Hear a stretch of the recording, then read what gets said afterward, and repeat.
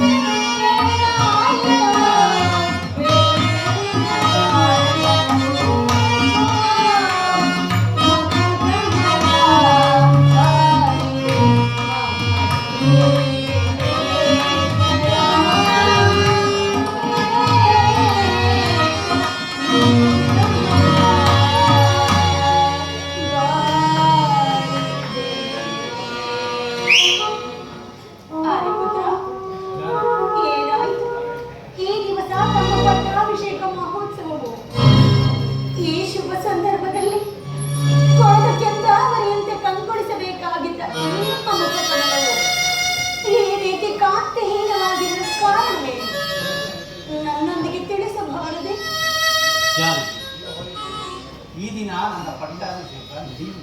ಏನು? ನಿಮ್ಮ ಪಟ್ಟಾಭಿಷೇಕ ನಡೆಯುವುದಿಲ್ಲವೇ? ಕಾರಣ ಏನು?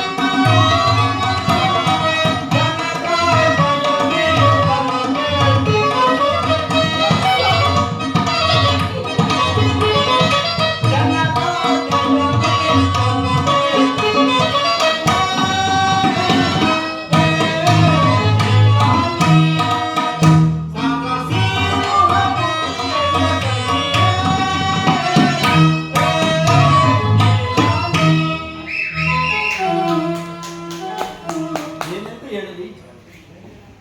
ಹಿಂದೆ ದೇವಾಸುರರಿದ್ದ ಸಮಯದಲ್ಲಿ ಚಿಕ್ಕಮ್ಮನಾದ ಬೈಕಾಮಾತಿಯು ಮಾಡಿದ್ದಾಕೆ 2 ವರಗಳನ್ನು ಕೊಟ್ಟಿದ್ದಾರೆ.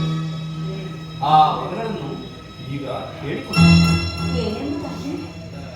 ಮೊದಲನೇ ವರಕ್ಕೆ ನನಗೆ ನಿಶ್ಚಿತವಾದ ಪಟ್ಟಾಭಿಷೇಕವನ್ನು ನಿಲ್ಲಿಸಿ ಸ್ವಾಮಿ, ತನ್ನ ಮಗ ಆಗಬೇಕು. ಇನ್ನು ಎರಡನೇ ವರಕ್ಕೆ ಎರಡನೇ ವರಕ್ಕೆ ನಾನು ಜಟಾಕಲಧಾರಿಯಾಗಿ ಪುರ ಪ್ರವೇಶವಿಲ್ಲದೆ 14 ವರ್ಷ ವನವಾಸಕ್ಕೆ ಹೋಗಬೇಕಿತ್ತು. ಆರ್ಯಪುತ್ರ, ಜಾನಕಿ, ಆದರಂತೆ ನಾನು ಈ ದಿನವೇ ವನವಾಸಕ್ಕೆ ಹೊರಡಬೇಕು. ನೀನು ಇಲ್ಲೇ ಇದ್ದು ಅತ್ತೆ ಮಾವನ ಸೇವೆ ಮಾಡಿಕೊಂಡು ಎಲ್ಲಾದರೂ ಇರು, ಅಥವಾ ನಿಮ್ಮ ತಂದೆಯವರ ಪಟ್ಟಣಕ್ಕಾದರೂ ಹೋಗು. 14 ವರ್ಷ ವನವಾಸವನ್ನು 14 ದಿನಗಳಕ್ಕೆ ಕಳೆದುಕೊಳ್ಳುತ್ತೇವೆ. ನನ್ನನ್ನು ಹೇಳಿಕೊಡುವುದು ಸೀತೆ. ಇಂತಹ ವಿಷಮ ವಾರ್ತೆಯನ್ನು ನಾನು ಕೇಳುತ್ತಿದ್ದೆ.